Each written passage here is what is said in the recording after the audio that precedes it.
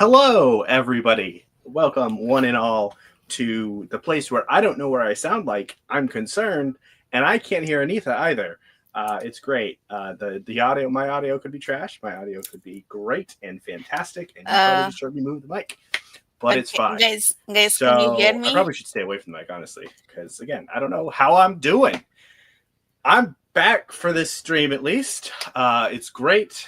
I needed some productivity and I needed to mess with this sucker.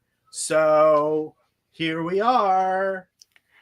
Yeah, Can you that's guys that's hear kind of it. I'll me? probably Please do put some it in updates on chat. whatever. Also, I can't hear Anita. Please tell me if you can hear Anita. Anita, start saying things. Yeah, you did not give me chance to talk. Anyway, guys, can you hear me? Hi, Caroline. Can you hear me?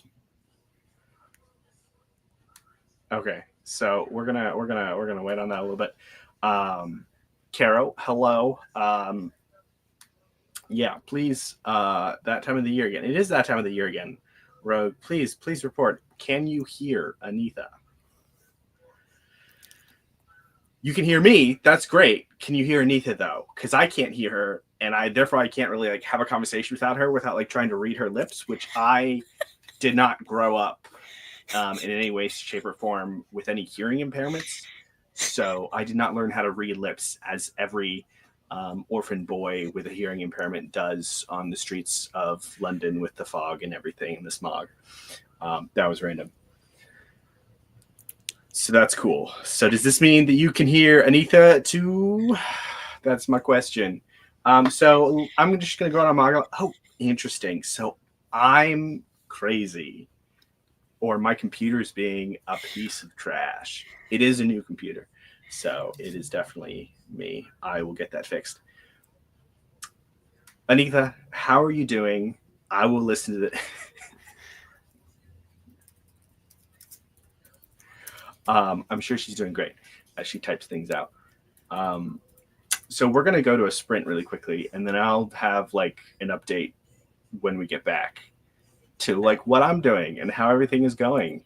And I'll probably update my. There is a I need to go get food too, so lot of delay between the chat I and did us try that. actually. So maybe we need to restart it. Let me tell me to restart it. Stay here.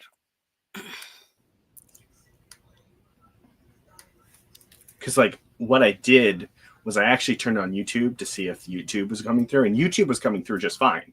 So it's probably a StreamYard specific permission that I have to mess with. We will see. So we are going to go for a sprint after Anita tells us what she's reading, or tells you guys what she's reading, and then I'm gonna, yeah, go. This is so weird. Anyway, guys, I'm reading Windhaven by George R. R. Martin and Lisa Tuttle, and I am around 180 pages into it. I am liking this a lot. Done, Pete. Done. What are you reading? What are you reading? Okay, cool. Um, I'm also going to be reading Windhaven in a little bit. It's like right here. Yeah, it's like right there. That book right there. That blue book, that's Windhaven. I have to get it out of there first. That is one of the reasons why we're doing Tetris sprints, so I can get that book out of there, among other things.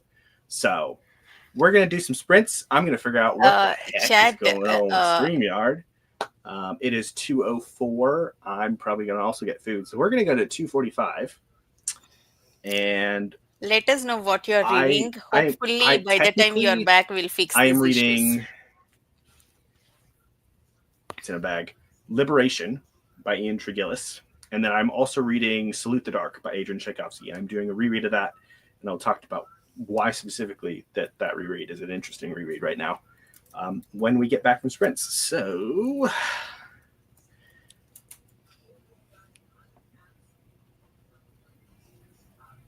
45. So you know what? Actually, we should just do 30 and make it a shorter one. That way we have more, a little bit. Yeah, let's do a shorter one. So excited that you're reading Speaking Bones. That's amazing.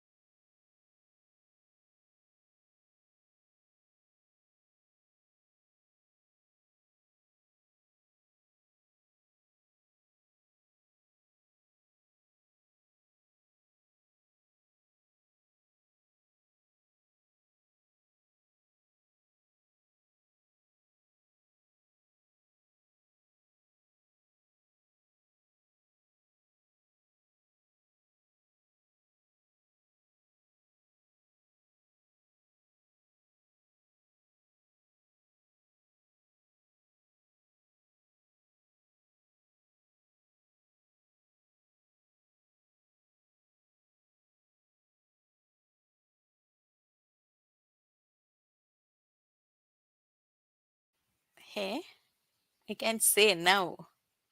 Oh, you can hear me now. Okay, sorry. I am going to mute myself now.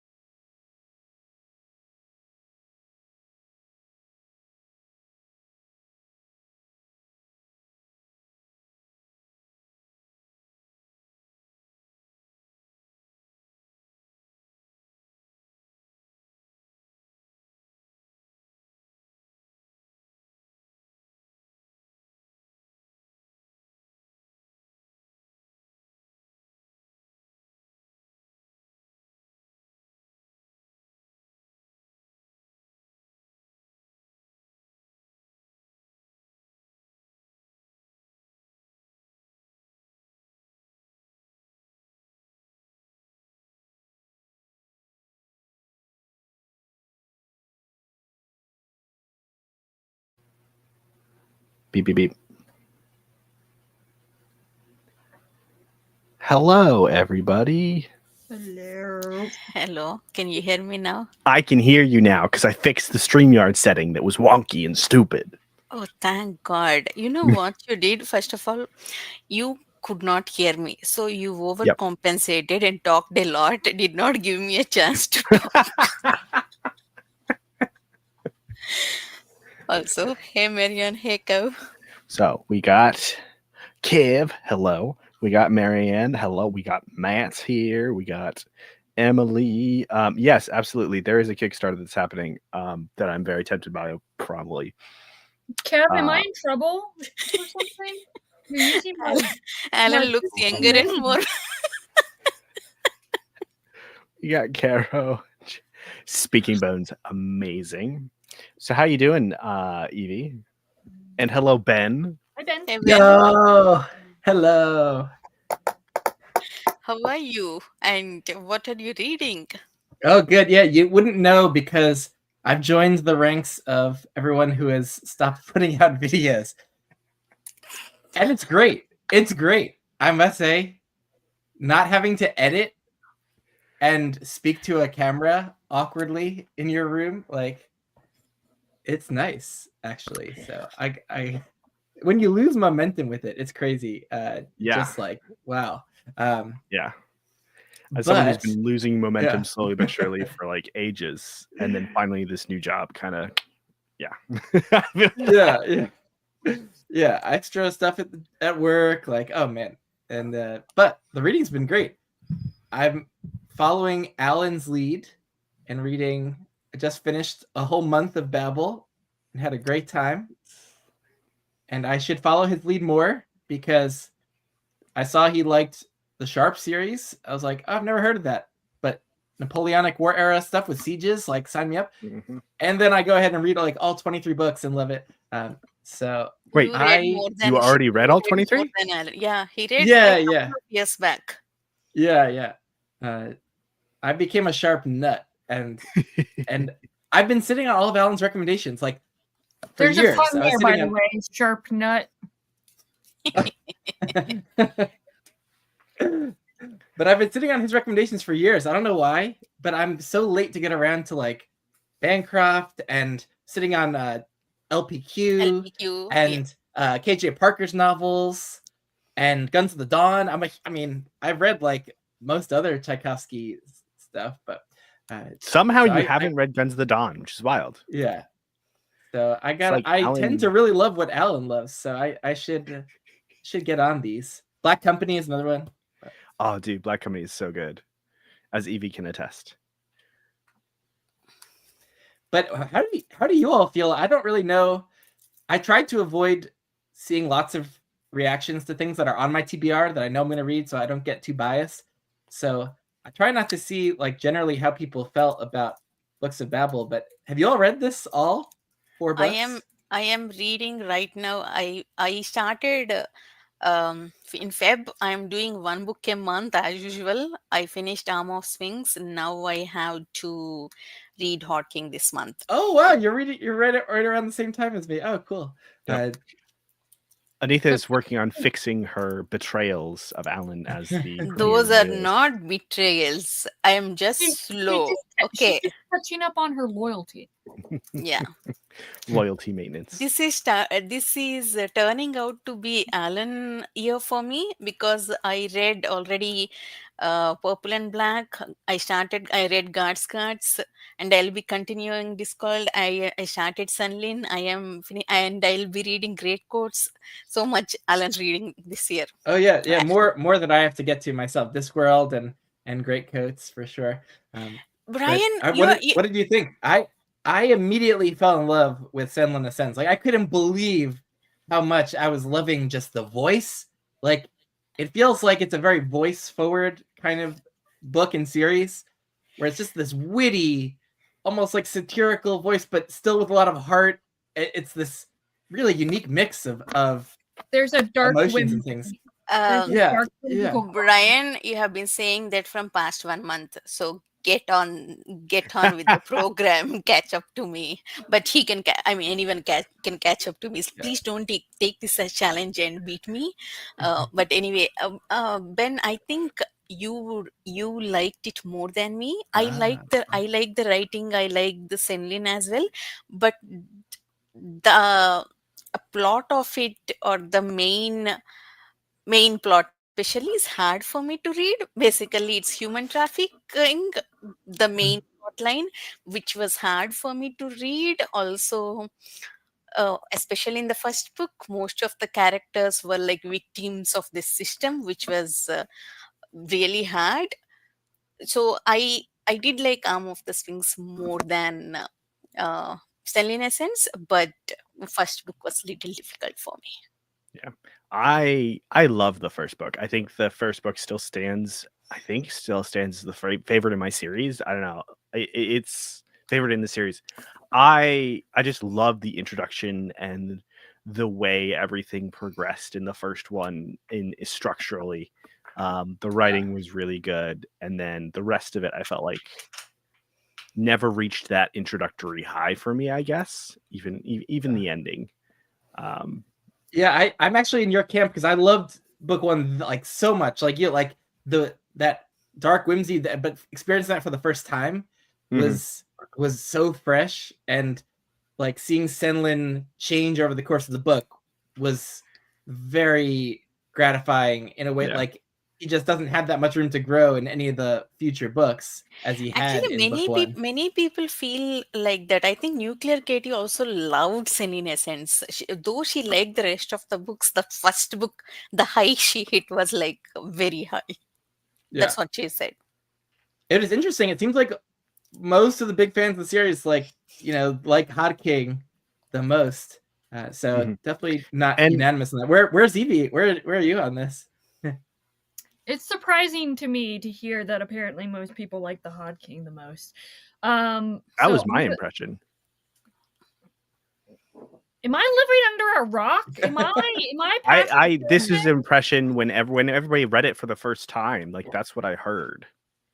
Arm of the Sphinx is my favorite. Even Kate liked Arm of the Sphinx a bit more than other books. Yeah, and then very closely by Senlin Ascends. Because, I mean, there's just something about the first book of a series. Like, it sets the tone literally and figuratively. And then Hod King and Fall of Babel. So. But Arm of the Sphinx is really cool. I haven't yet even figured out which one I like more.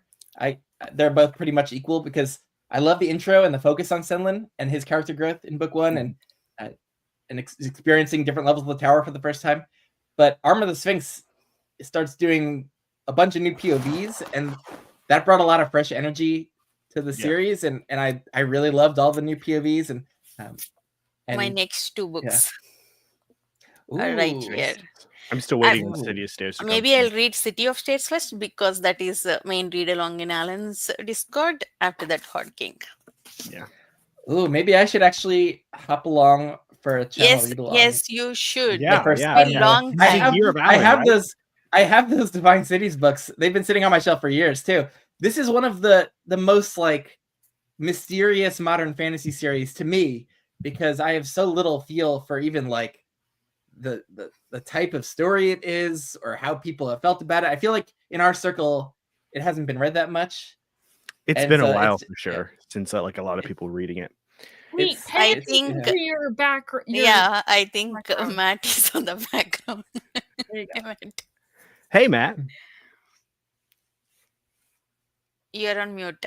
That's okay. Take your time. Okay. Ben, it's been long since you joined the Read Along in Alan's Discord. You should also, I think Greg read like 3 years back. It has a lot of political intrigue. I think we all will like this one. Join us. Yeah.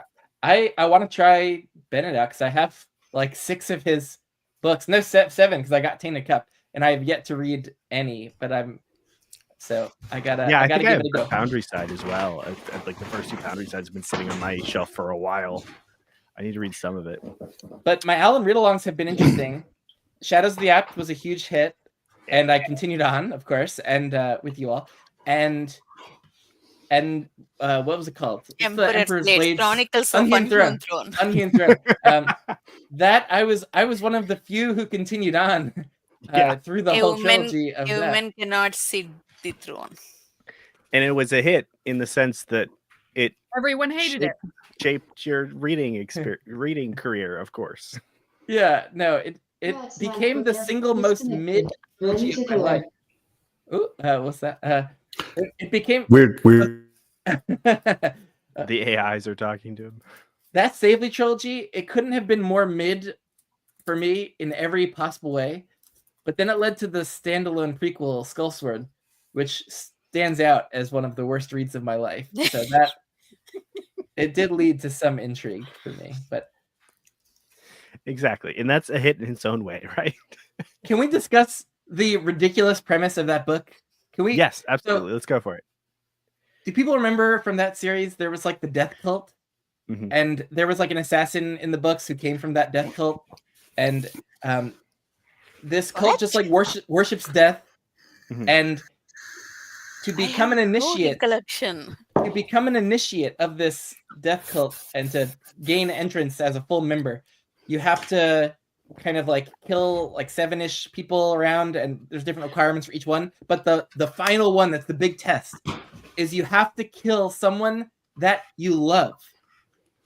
And can we talk about the absurdity of this? That there's people in the cult who are like following you around and are judging that you're passing the test. And the whole novel is like her trying to reconnect with an old like romantic interest that she had, and to see if she can rekindle love with this person to then kill him. But this is being judged by other cult members who are like watching from the outside. How are they judging the legitimacy of this love? It is the worst premise to a book you could dream up. Just from your description, it sounds like something I will never read in this life or any future life. But even discarding the dumb premise, the execution of it was horrendous. It was just atrocious in every way. It's just this edgy, like dark philosophy stuff about these people who worship death, and it was horrible. What was the title and author? So it's Skullsworn by Brian Staveley. It's a kind of prequel standalone novel in his Unhewn Throne series. The Chronicle of the Unhewn Throne trilogy is right. A somewhat widely read trilogy in modern fantasy, or not too widely read for good reason, and it's like a prequel novel to that series. But the premise was so bad. The ending and how that whole like killing someone you love thing ends up turning out, I just want to spoil it for everyone because it's so dramatically bad. No one reads it. It's okay. Especially after your description, no one who was here is ever going to read it. Okay, spoilers for Skullsword, because I just gotta get this out there. She spends almost the entire novel trying to rekindle this love interest with this like person from her past, and that ends up not happening in the end. In the final sequence, like he ends up dying by some monster, but she didn't really fall back in love with him anyway.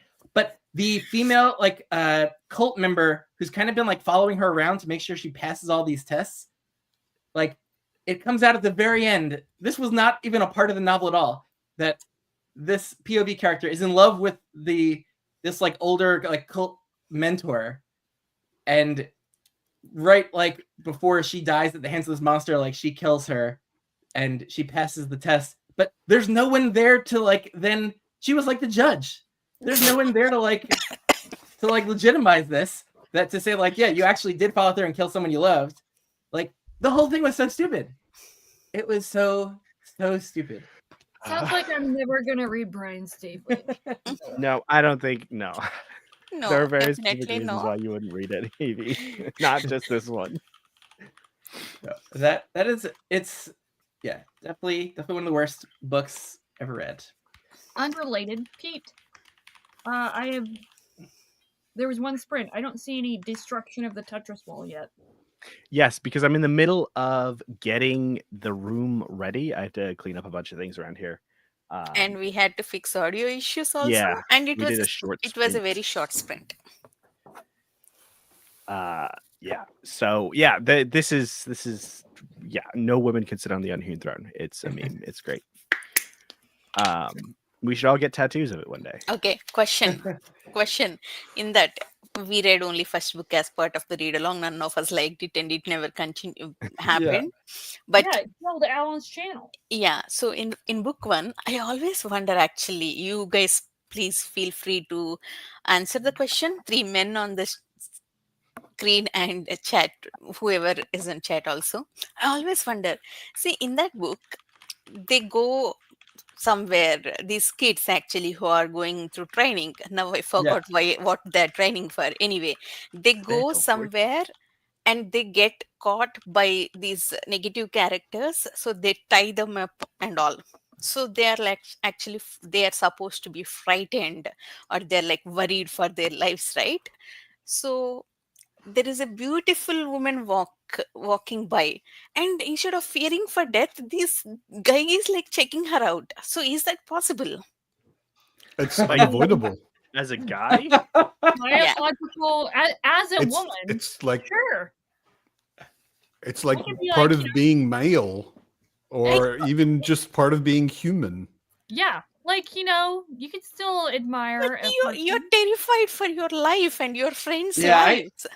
I'm with Anita here. I think I would just be more like the fear aspect of the situation would be overriding other biological concerns. I mean, I can imagine a situation like that. You would sort of peripherally notice, but like it wouldn't, unless you're an idiot, it wouldn't completely take away your attention. You know? yeah, I don't know what I would do in that situation. I think mostly likely I'd be concentrated in the fact that I've been captured. Yeah, was I know fearing for my what life. you would do. You wouldn't even notice her. You're too busy, like as nerd and geek, what to do to escape and all.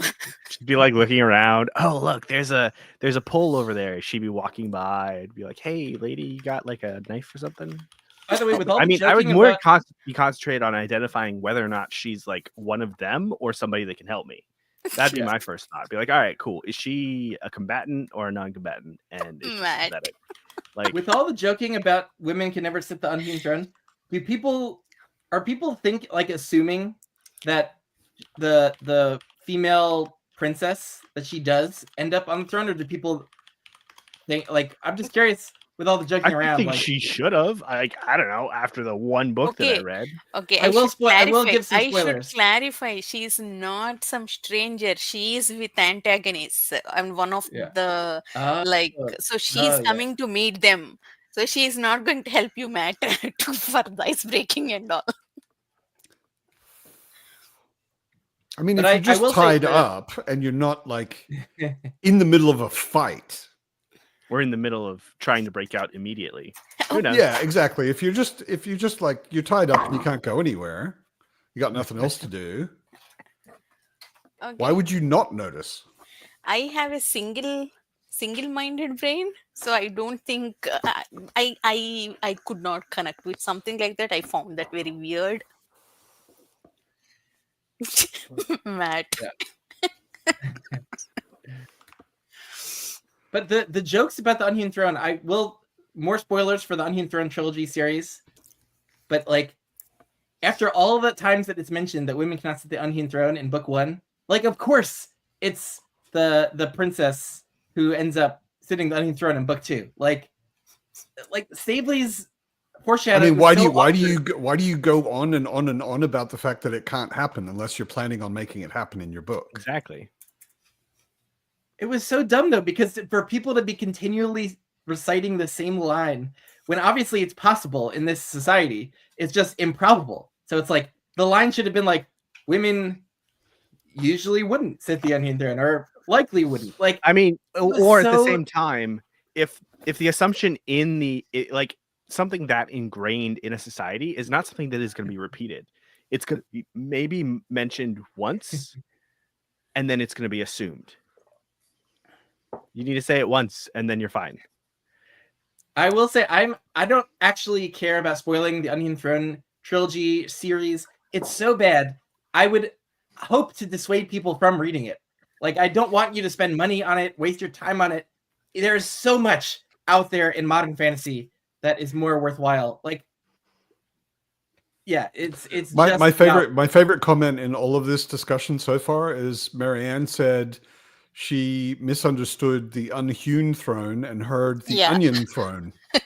And I will forever think of that series as the onion throne from now on. See, now you're just slandering I- Shrek, though. I got something good out of this conversation about horrible books. Thank you, Ben.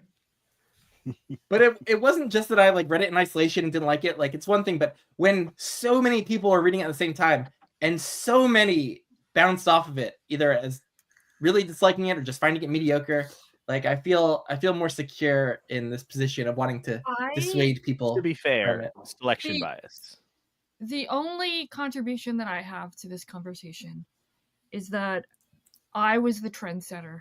I was the first person to DNF the Brian Staveley book. I didn't even know you tried it actually, because by the time I started, so many of you DNF'd it already. I read Wait. approximately 15 pages and I was like, nope.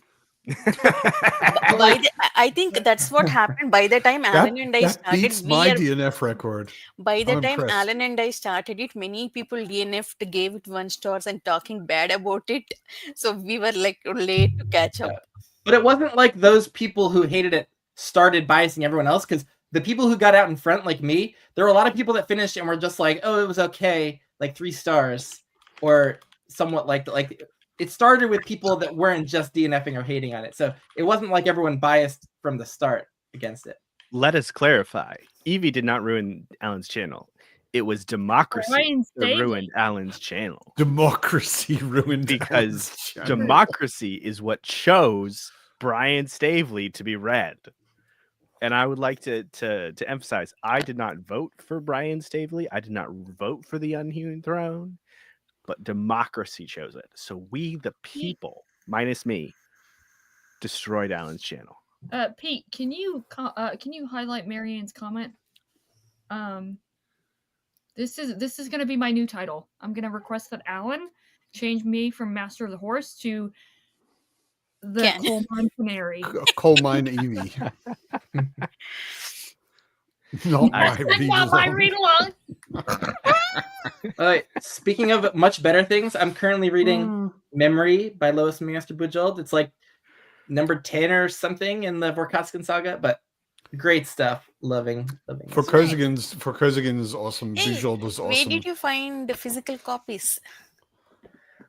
Oh, I've gotten most of my Bujold Vorkaskin ones at used bookstores over the years, but I didn't have Memory specifically, so I just found it online off Abe is it Abe Books? Abe books.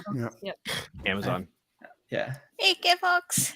It's Kim. I would like to continue for Kozigin. I had a summer where I sort of binge read like 5 in a row back to back, and then was like, okay, I've had enough for now, and never went back to it. But I liked him a lot. Yeah. I liked him a lot. Bujold is awesome. Yeah, I read Curse of Chalian this year in February. I loved it a lot, so I am trying. I want to finish that first before starting Gorgos. Oh, whatever that one, Vorkaskin. sci-fi. Urza, I'm also reading a red book. Well, kind of orange. For all you Chai Wow. Guy fans in the audience, I'm reading Ogres, which Ooh. Evie totally betrayed me. We had a buddy read planned, and she started and finished Ogres without even mentioning it to me. Oh, No, no, no, no, ogres, no, let's no. go. I She didn't she mention she it told to me you. once That's she was the thing. finished. Yes, she did tell me that I finished. Actually, no, I didn't find out that you finished from you. I found out from someone else. Someone else saying, Evie hated Really? ogres. I tagged you in my as soon as I finished. Or maybe no, I maybe it tagged was you. because I tagged you didn't DM me like a polite human being Mhm. would. You know, I just You just sort of blasted told you. everybody that you finished Ogres. And by the way, Matt, I just destroyed our buddy read. Yeah, and you know, I threw myself on the sword myself. Uh-huh.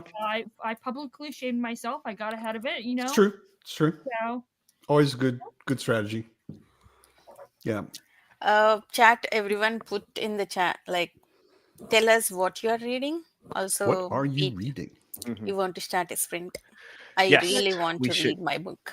It's true, and I want to get this place cleaned up and get started on this thing. So from now on, we are going full on. Let's go pedal to the metal. We're going to work on making sure that we do 15 minutes between each sprint, so that we can maximize the time that we're sprinting and destroying this wall and building it back up again. So I am going to be doing this. Anita, you want to refresh everybody on what you're reading? I am reading Windhaven by George R. R. Martin and Lisa Tuttle. Evie, what are you reading? Continuing my romance era by reading the final book in the Rebel Blue Rage series. So if you see me getting all hot and bothered on screen, you know why. Oh my. Not just romance, but smutty cowboy romance. Mhm. What's the title of this book? Wild and Wrangled. Wild and wrangled. Speaking of Senlin Ascends, Finally. we were You- just talking about that, Kim. You know- I'm going. We've to got a read we've got a lot very of- appropriate Ben display there. He's got Yeah. Senlin coming out his ears. K Fox and Sal are going to read with me initially. They did not even start, and I am on third book. So I'm feeling very. You're the duster now. You I don't dusted do Ben. that. It was not intentional, but they are making me villain. So it's not from my side. That sounds like a victim blaming. That sounds Yeah, like- it kind of does. No, it's not. I am the victim here. They told me Uh-huh. K Fox even started that one. They told me they started. So I started. Someone mentioned The Devils. I would be reading that if the audiobook were out yet, because I want to pair In some this countries, with- That's a it's pretty already book. out on Yeah. last Tuesday. Ben, in Australia Yeah, and yeah. some other countries. Wait, I thought the Uh, audiobook was out. Yeah, What? only in some countries. It's not out, Mhm. out in Canada and US apparently. That's It's weird. coming out in 3 more days. Oh wow. Oh. So we got some Golden Compass. Yay, K Jane Fox. Austen. Yes. We got Oh, Royal Assassin from Marianne. Heck yeah. Ooh-ha. So actually, the thing I'm going to be reading for this sprint is I'm going to read the 8 stories that I need to read for this week from American Indian Myths and Legends, and then I Nice. will be switching to my Oh, smutty. cool. Yes, I read first two. I need used to have that edition, Anita. That edition Join a long us. time ago. Join no, us. I used to have it. I don't have it anymore. I have no idea where it is. It's certainly not in my flat. Could be in a box in another country. That's fair. Yeah. Matt, Anyway, you're still getting through Ogres, right? That's what you're reading? I'm still getting through Ogres. Yeah, I'm in this, which for those of you that don't know, Chadrian. It's a collection of 3 novellas: Ironclads, Firewalkers, and Ogres. And I'm reading Ogres because Evie invited me to a buddy. Oh wait, no. Evie dusted me on a buddy read without even Listen again. letting me To know. reiterate from Kathy's stream, this is an evolution for me. I am no longer the duster. I am the betrayer. That's true. That's true. She stabbed me viciously in the back, is what she did. True. With a book. Well, actually, a novella. Yeah. Sure. True story. Yep. In the paper. Still hurts to lean back in my chair. Eat. What? Start it. Do it. Ben, what are you reading? Memory by Bujold. Nice. Tuscan. All right, so we're gonna go to what do we want to do? We want to do 30. We want to do 45. What we 45. doing? 45. By the time last time also you did 25 minutes sprint. By the time we fixed audio issues and get into my book, the sprint is over. Well, that sounds like a personal problem. Pete, what do you want to do? Do you want to go to 30 or 45? This is your channel. We should do Your rules. 45. Okay. Cool. To give me more time to do things. Cool. Have fun dismantling your books.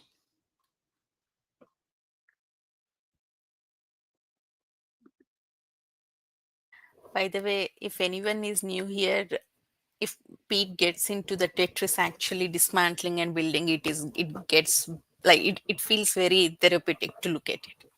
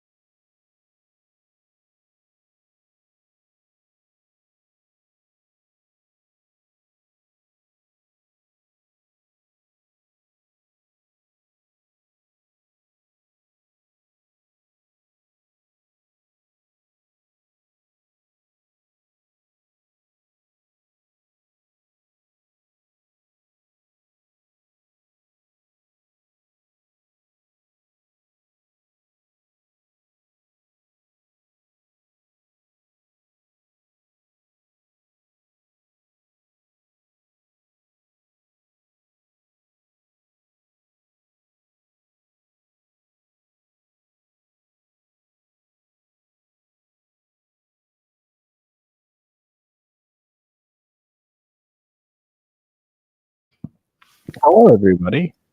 Hello. How you doing? Things over? Oh man, those are some soothing baritone tones I've- right there coming from. I've gotten from used to it from the Sunday pub when we sprint. I think the first few Sunday pubs, I would come back and go, "Hi, everybody," and a lot of people were like, "Could you not yell when the sprint's finished? You shocked the hell out of me." So I've gotten used to going, "Hello." I'm to in. sort of I've relocated away from everyone my back. shelves because I don't read sitting by my shelves. That's just where I film. My back is not doing so great these days, so I like to be on the floor on a yoga mat. But Nice. got my little buddy here. Yeah, I saw that. Chols. Tried to bring mine back out. The Chols from Dragonsteel. Fun time. So, how did you guys do?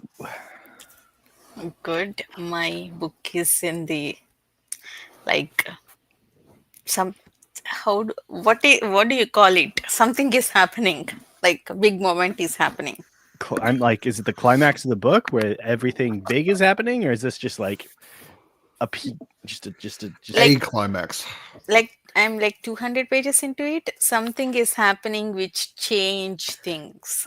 So we like to call that a mini Sanderlanche, because No, the we things don't that call happen to that. everything We in our lives. not We every just don't changed call the that. language of books forever No. because he's just No. so amazing. No, there is a technical word for it in bookish language. Nothing related to Sanderson or avalanches. A peak. It's actually called a Steve Lanch because Steven Erickson was doing it far earlier than Oh, Sanderson. God. I see. But sorry, the rebrand is hit Steve everybody Lanch. hard. Interestingly, I just read a chapter in this book, Memory, where big things were also happening for the book and the series. In like a 20-book series, this feels like I just read a chapter with one of the most major events and turning points. Is So it like Ooh. continuation Intense. or like everything we can read like separately? There are in the separate but miles. connected. So there's like the main bunch of books in the series are focused around Miles Vorkosigan, and his books are very much like a continual kind of ongoing series where you wouldn't want to just jump around or read standalones. Like it really works as an ongoing series. But this is like a prequel duology that follows his parents, which is great. And then there's kind of two standalone novels, which were also very fun. That are kind of separate. Is it like apt where the story continues at the same time there are like separate arcs? I maybe with like the duology that followed the parents, that's kind of its own mini arc, and then the Miles books are kind of their own thing. The but Miles books, though, are very like Ben said. They're connected. They're a chronological story. One happens after the other. There are kind of gaps and jumps between them sometimes. But how many of the series are Miles books, and how big is the series? It's like 20-some books, right? of them, I think. It's like close to 20 books. I can't remember the exact number. But, I think 17. I think there's a couple novellas that are Miles focused novellas. And so it's weird. It's like how you count the novellas or the omnibuses, but like there's two standalone novels and a prequel duology following his parents. So basically 4 out of like the almost 20 books are non-Miles books. Okay, cool. So the vast majority are sequential. are following him, which was funny Yeah. because I had heard of it as the Vorkosigan saga, and then the first book I read is Shards of Honor, and Cordelia Naismith is the main character, and I'm like, this is interesting. Okay, where does Vorkosigan come into all this? I knew nothing about the series, but I loved that duology. That it was such a strong start. If I get to it, I'll probably start with Shards of Honor. It's definitely, at least from what I've heard, where I would like to do it. Rogue, if you hate it, then I guess next sprint you just got to do it again. So There's always another sprint. I mean, you hate doing it, or you hated the end result. I I think he sounds hates like he hates the- the result. yeah, and the end result is what it looks like. Yeah. Interesting. Ogres is getting really good.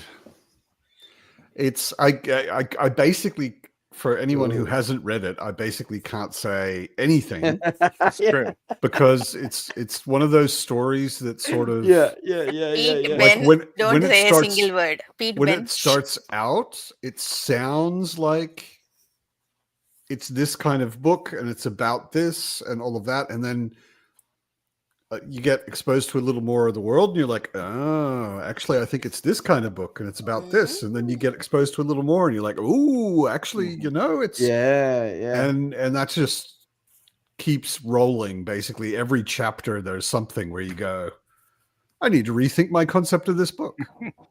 I feel bad that we're taking it's you good. away from it. Ogres was a one-sitting read for me. I was lucky I was able to sit down with it for a bunch of hours, and I started it absorbed. this morning. I mean, Yeah. I'm I don't know. I think I'm 3/4 of the way through it now, and I started this morning. So I'm Oh man. I'm Yeah, getting you there. You got getting there. momentum. Yeah. Nice. One of the most gripping reads of my life, for sure. Good. Man, It's pretty damn good. Yeah. And very, I mean, he's throwing around a lot of very interesting concepts. And about government and about science and about all sorts of things. Lots of really interesting things going on. Tchaikovsky's books usually, the thematic elements are very subtle. We do observe them, but they're always there, but they're not the forefront of the book. But Ogres, Ogres is an exception. Yeah. Yeah. Very Ogres, specific. it's all like right in your face. This is what's going on. This is what this book is about. These are the points I'm making. It's pretty straightforward as far as themes. Yeah. Not to say it's not bad. I'm super enjoying it. It's a bit different than his usual style. I mean, does Tchaikovsky have a usual style? Yeah, maybe not. I mean, he's pretty Ish. damn diverse. Mhm. But I mean, the stuff I've read, at least, Guns of the Dawn, Final Architecture, Dogs of War, I would say the themes are pretty straightforward and in your face, actually, also.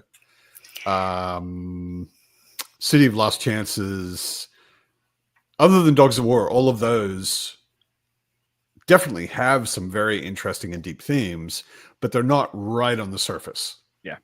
They bear a little more thinking about. I think another you one keep- that I would say the themes are kind of like in your face, or I felt like it was to a certain extent, was Saturation Point, which is another novella. Yeah.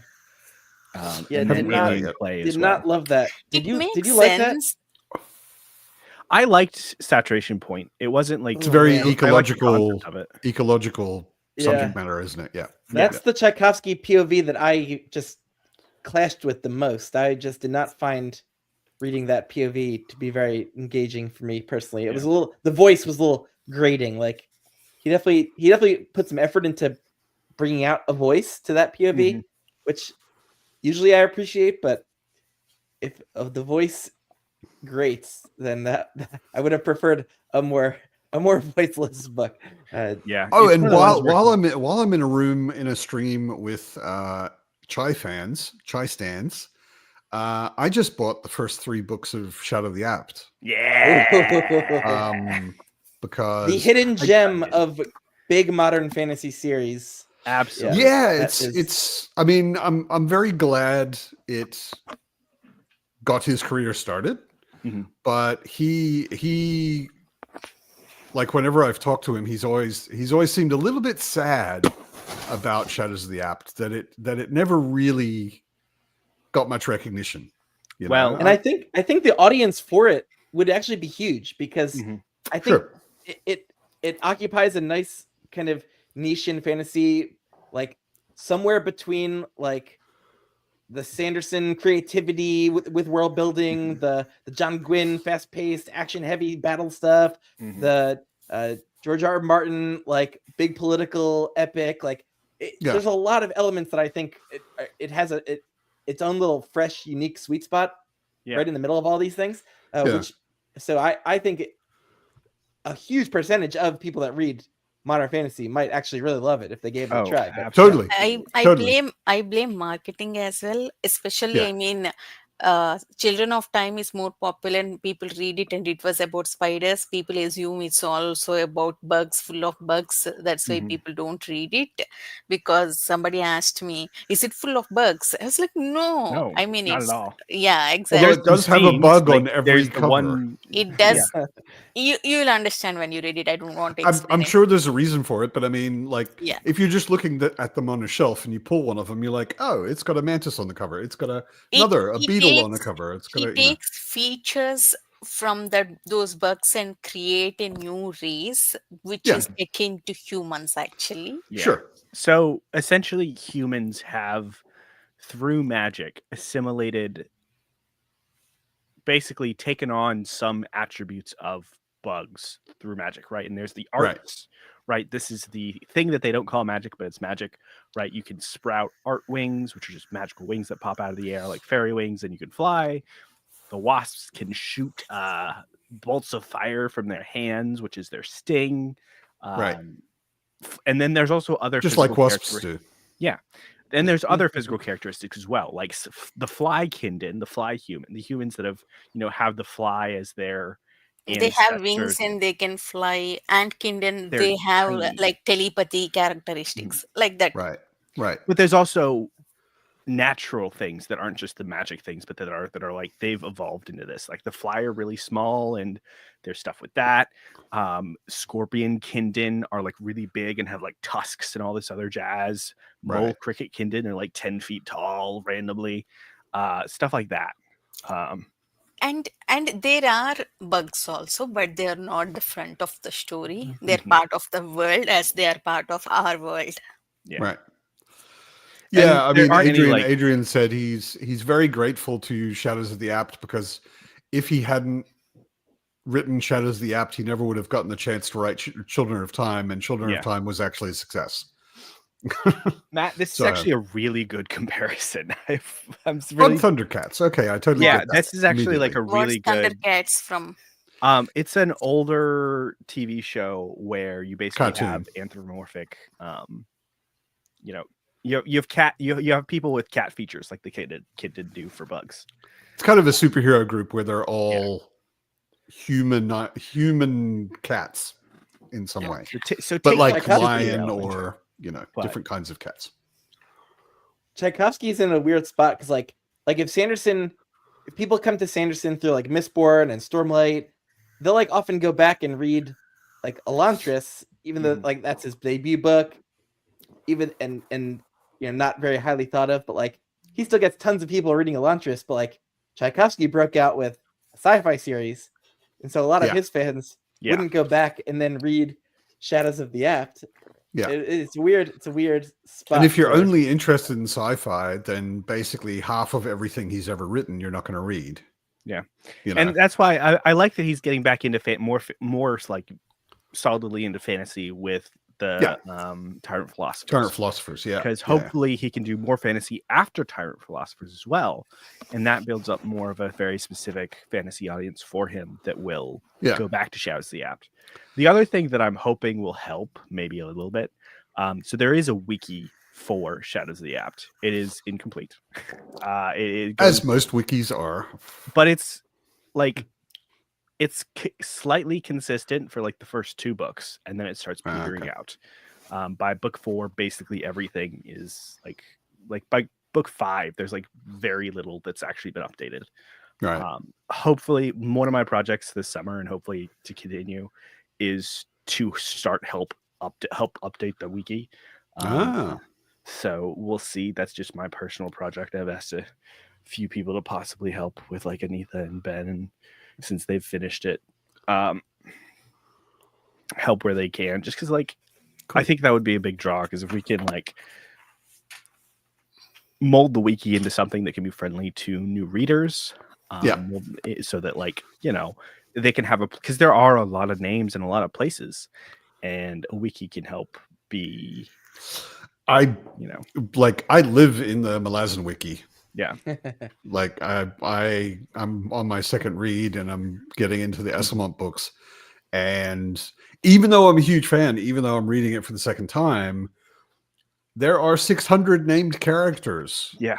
You know, it's like I don't remember all of them. Correct. Yeah. And if I there was do a thing that eventually, happened in the first book. Yeah, I want to be able to benefit from like the reread aspect of knowing things and knowing future things, and so I would do the same thing. Which Esselmont books are you into? The prequel ones or the? I'm reading them kind of in world chronological order. So my reread, I'm mixing the Book of the Fallen with the novels of the Malazan Empire. Oh, but not Path to Ascendancy, or you did those already? I'll do those later. I'll do those when I finish this whole reread. So wait, where are you with it? I just finished Return of the Crimson Guard. So next is Toll the Hounds, and then after that, I forget, another Esselmont book, Stonewielder. I think. Man, I'm curious. What did you think? I will preface this by saying I can't bias you because you just finished it, but I thought Return of the Crimson Guard was an utter mess of a novel. It felt like Esselmont trying to write an Erikson Malazan novel and not being as good at doing that. Sprawling multi POV epic. I had kind of a similar feeling. I mean, one of the things you got to say also is Return of the Crimson Guard was written over a 15-year period, I think. And it was like he picked it up and put it down and revised and picked it up and put it down and continued, and but yeah, no, I also, most of what I got out of Crimson Guard, which I liked, was lore. Yeah. You know, like the Crimson Guard makes an extremely brief appearance in Bone Hunters, I think. Midnight Tides also. Or no, it's Midnight Tides. It's Midnight Tides. Okay. Iron Bars and Co. turn up in Midnight Tides, and they're like they're on like 20 pages. You know, they turn up, do some stuff, and then disappear. And you're like, those guys were cool. What the hell's going on with them? And Return of the Crimson Guard starts to answer some of those questions. You know, that's good for it, but it has some redundant POVs, which is very weird. Like some POVs that just feel like they're doing the same sort of thing in the narrative, and even there were a few POVs. There were a few POVs where I was the like, teenage girl. I don't POV, care. Yeah. I don't care about these people. Yeah, and for like a giant book, it just to have whole POVs that feel like they could have been cut out. It leaves a sour taste, but I do think he's definitely up to this point, at least. I would say he is definitely not nearly as good about good with characters as Erikson is. Like Erikson can make me care about someone in 2 paragraphs and then kill them, and I feel hurt. You know, whereas Esselmont can give me like 200 pages about someone, and I don't care about them afterwards. To that point, my favorite Esselmont book was Orb, Scepter, Throne, which is a direct sequel to Toll the Hounds, and basically uses a lot of the characters that Erikson had already been writing, and I think that was Esselmont's strongest character. I haven't read the Path to Ascendancy ones, but him writing Erikson's characters, like, it was much more engaging than Esselmont's own creations in the series. I've heard Path to Ascendancy is also very good from a lot of people. I do need to get to that. I would say likely Ben, Orb, Scepter, Throne will probably remain your favorite character-wise. I haven't read Orb, Scepter, Throne, but having read the Malazan Book of the Fallen and then read the first 3 Path to Ascendancy books, I would say that Erikson still kind of like tops out. I like the and kind of similarly to what you're saying about Orb, Scepter, Throne, I was very connected to the backstories of these characters that we've seen before in Path to Ascendancy, but and there were a few characters that I got attached to in Path to Ascendancy that I was like, oh yeah, these are new characters, but it's kind of few and far between. It's too early for me to make this a blanket judgment because I only read 2 books by him.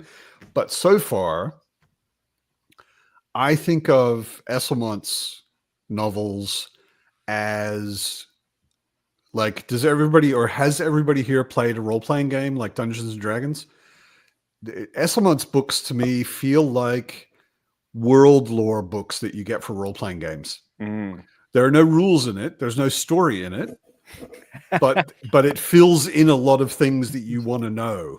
You know, that's actually very apt for the Malazan Empire books, because you go around to all these different locations on the map that the Erickson series doesn't. So like, and all over it, actually. I'm already looking forward to more on the Segula. I'm a huge Segula stan, and so Erickson shows you this much. Yeah, Orb Scepter Throne is gonna make you happy there. Yeah. But there was already a little of it in Crimson Guard where I was like, ooh, cool. Yeah, the rest of the Malazan Empire, it is almost like filling in the lore of the entire map with all the different continents and areas that we don't go to in the Erickson ones. Yeah, it happens.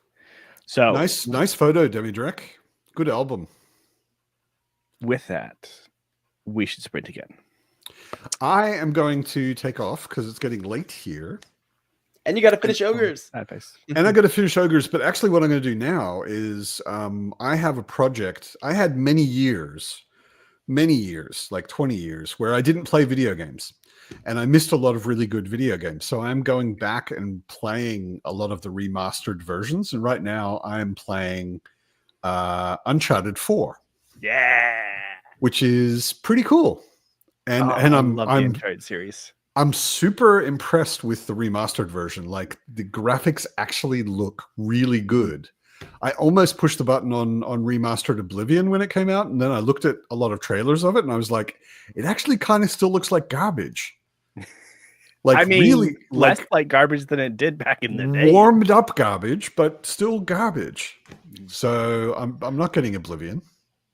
But Uncharted 4, I think I'm close to the end as well. So I wanted to finish that. Yeah, some of the stuff near the end, when you get to like the climaxes for Uncharted 4, like reaches the same, for me, reached kind of like the same like visual and emotional highs as 2 did for me specifically. Right. So, I think emotionally 2 is better. But like I haven't played any of them except I'm close to the end, I think, in 4. But I didn't play it. You haven't played the other ones yet? No. That's wild. 2 and I will not. And the other ones are great. What? Well, because I don't think they've been remastered, and I've gotten so you're specifically like you want things with great graphics and stuff. Not only, but I do have a hard time now because I'm so used to good graphics. I do have a very hard time with really crap graphics. Interesting. You know, like I wouldn't play the first Doom anymore. I played Doom when it came out, and back then I thought it was really cool. But nowadays, I will not play the first Doom. I'm so sad that you don't want to play the other Uncharted games right now. I don't know. Maybe they do have remastered versions, but I thought they only did remastered on 4. Probably not to the level that you want, I would say. If you think Oblivion looked bad, they probably don't have remasters to the levels you want, which is so sad. Oblivion looked pretty damn bad. So, yeah, it's hard to imagine. It's hard to. I don't imagine expect the time where like people, where like GoldenEye and Perfect Dark were like the pinnacle of first-person shooter graphics. I know, right? Like, it's when you see it now, you can barely see anything that's going on that you're trying to even do. Good to know, Alan. Thank you, man. Definitely check them out then. Maybe I will have a look because I've become. I mean, I played Last of Us Part 1. I think back when it came out pretty much and loved it. And then the whole explosion of Last of Us Part 2 happened. And I was like, I am staying the hell away from this game just because of everything everybody was saying about it. Not because I was listening to them, but because I was just sick of hearing about it. And then I played that. And now I'm like, anything Naughty Dog does, I'm super keen to play it. So yeah, maybe I'll go back and do an Uncharted remastered tour with all 4 of them. I don't know. Anyway, I'm going to take off, like I said, and go finish Uncharted 4. Enjoy. Have fun. Thanks, man. Ogres. Yeah. Hello. Enjoy splinting. See you later. Hello, Alan. Have you sent a link to KFox? I can. Yeah. We're gonna sprint, and we're gonna go to what time is it? It is 10. So we're gonna do 50. Okay. Enjoy your nap, Anitha. I am not taking nap. I am determined not to take nap. Oh, okay. But naps are good for you, like somebody said. Yeah, but my naps are long. So, not Okay. Don't sleep for 3 hours then. All right. See you guys at 50. See ya.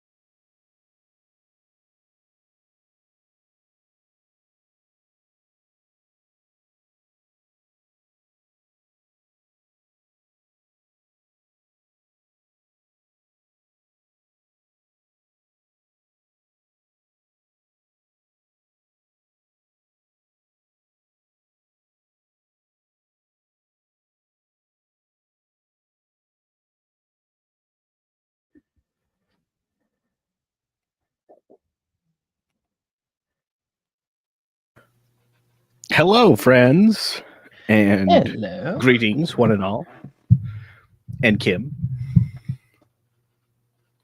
Hey, K-Fox. Hello. Hello. How are you? It's been a long time. It has been a long time. I am tired, but I am well. How are you? Good, good, good. I am so into my book. All my sleepiness has gone. I I can't talk about it because spoilers. Spoilers, of course. I'll have Wait, to that's get that George before- R. R. Martin. That's a George R. R. Martin book. George R. R. Martin and Lisa Tuttle. Sci-fi standalone. It's Sci-fi. called Windhaven. Oh, it's sci-fi. Interesting. I mean, sci-fi and fantasy, both elements. I think mostly sci-fi. Yeah, you got it out. Ah. Okay. Yep, found it or got it through. Okay. It is so good. I mean, I said while today morning when we were on Nerdy Kathy's stream, anyone. I mean, it is divided into three parts actually. First part is about breaking the tradition. If you ever fought in your life to break the tradition, you can relate very well to this book. And from then it's about the consequences of what happened in the first one, how different people react to that. It's Break- very, very well done. It's exciting. Oh, Pete, I just realized I'm curious what you ended up thinking of that KJ Parker trilogy with the Belly of the Bow was the middle book, I think. I never finished the third book. Was it like not a compelling finale?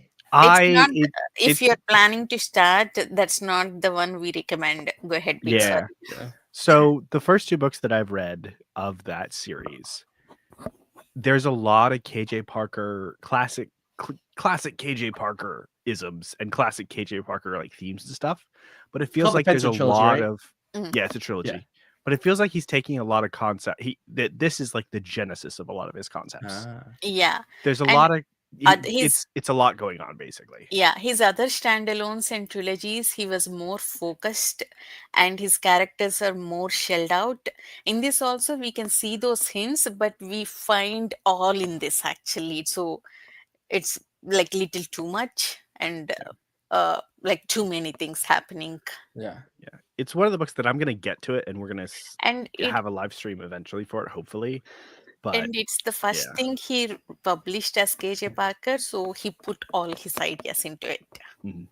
Yeah. So that was that.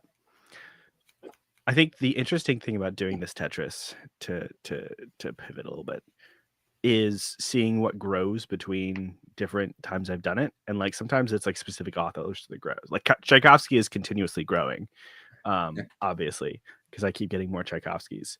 But like the two big authors that have grown this time, I feel like I've gotten a bunch more Ursula K. Le Guin, and I've gotten a bunch more Terry Pratchett as well. I was hoping those would be the two. Yeah, both two of those, because I'm like trying to more actively collect more Discworld to get to it sooner and sooner. Question: I can't really see. Do you put your special editions in the Tetris as well, or there is a separate place for them? There's specific places that I'll put them in the Tetris that like protects them, quote unquote. Most of my special editions are being packed up right now, just because like I want to move in the next few months. It's just so I have more room. So you were going to say something, what K-Fox? are you reading? So I am going between some Innocence, which Pete got me this copy for Secret Santa, wasn't it? I think so, yeah. Yeah. And then also Age of Swords, which is Legends of the First Empire. Because I am like 3 books behind in that series read along. And then I also have, I think it's over there on that table. There's a table over there. I also have the American Indian Myths and Legends. So I might bounce over to that one too. I am only 2 pages into it. It's 2 stories into it. They're very short, like page and a half like that. So you have time to catch up. Okay. Yeah, because like I said, I have 3 days off next week, and all I am doing is reading. That sounds amazing. Mhm. Ben, how'd your read go? Oh, pretty good. Got a little bit further into memory. Yeah, don't want to say anything about what's going on in the middle of a very long series, but it is like these middle books of the Vorkoskin saga are bangers. They are great. That's good. Actually, usually series start well and end well. Middle books are like boring. It's good that middle books are good. Yeah. Yeah. They pretty universally are like considered the people's favorites or the best of the series. In the middle. But she's such a quality writer that I've liked all of the ones that people don't talk about too, like the standalone novels, the early ones. Like I'm liking it all. I just love her style. I hate that with all of these Bujold, Johnny words, and I was trying to find Song of the Beast as well. They're like not available that much. We have to go to used bookstores or we have to put some effort. Not that readily available. Mm-hmm. Hopefully in the future, some of these, like I know Janny Worth's getting printed again, and that's one of the things that's helping her be more accessible. But hopefully, like some of these, we can get them. Some of these older authors that need more, that aren't as much in circulation. Hopefully, we can contribute to getting them more in circulation, and hopefully get more printing deals with their publishers. Bujold seems to have been huge in the sci-fi universe, like in like the 80s and 90s, because her early Vorkoskin books were winning like the major sci-fi awards, like the Hugos and the Nebulas, left and right, like in the 80s and 90s. But she's still like been continuing to publish them into the 2010s. But I was like never hearing about them at all. More recent releases, not on the radar. I mean, maybe not this year, at least towards the end of this year and next year, I'm going to focus on this 80s, 90s female authors, fantasy and sci-fi, and I'm going to cover them. I need to, I was searching for their books. They're not available in Amazon, so I used to check in huge bookstores. I need to collect them and read them. Yeah. Look out for Bujold in these bookstores. I've often found lots of them in different these bookstores.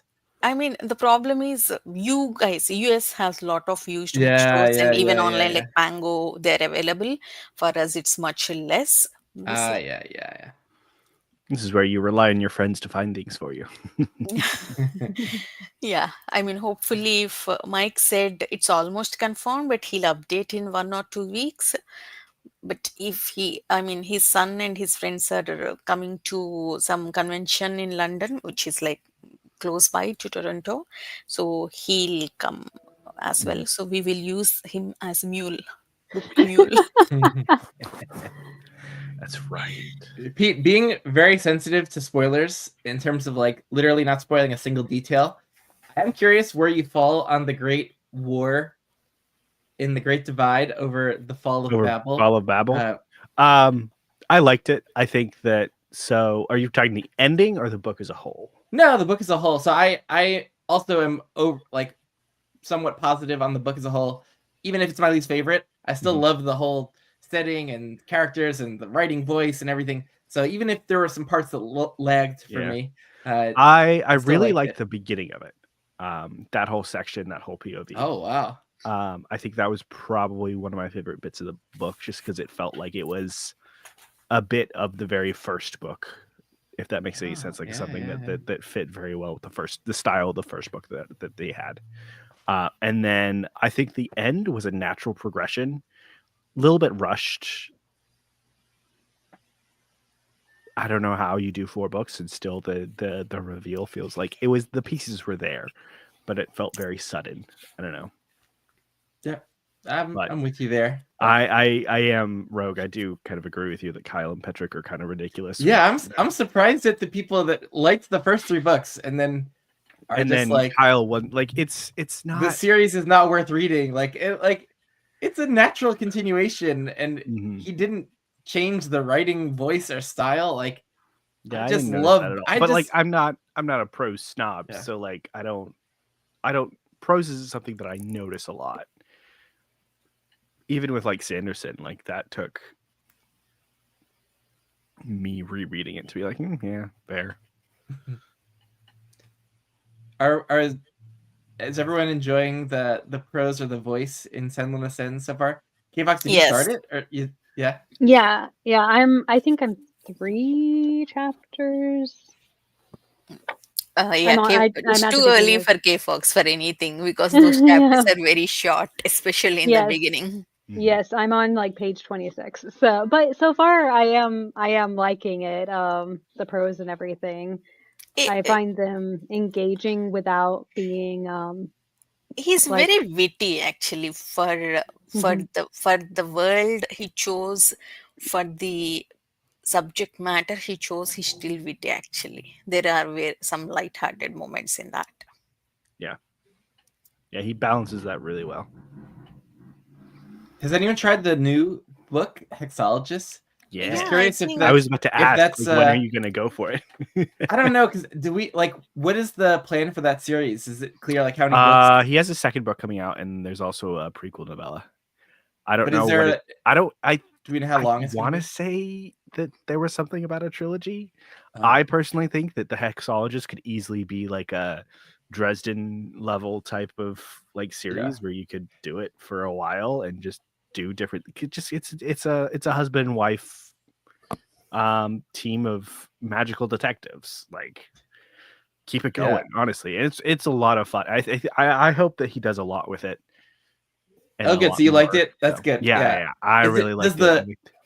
Does the voice feel like very different from the Books of Babel voice? Like, did he change it up a lot in terms of like the feel of it? Yeah, I would say it does feel a lot different, just because the setting. Because for me, the setting of Senlin was almost like integral to the voice and the vibes and stuff I got from it. So it definitely feels different because of that. It also just feels different because you have different, like what feels like a very different narrator, I think. Nice. Now I'm looking forward to that. I'm gonna probably do it pretty soon. When I'm feeling like I'm missing Bancroft's wit and and style. But I was just did it for a whole month, and like probably almost a month in another week. I was just reading Bancroft and doing all 4 books. That's almost what I ended up doing, because like I read Sedlin, and then it was like a year and a half before I was like, I need to get to this. So I started Arm of the Sphinx, and I bounced off of it because I was in the middle of a slump. And like 3 months later, in like December, I was like, I need to finish all this. So I just read through the rest of it. It was great. Hey, Fox, are you joining for this?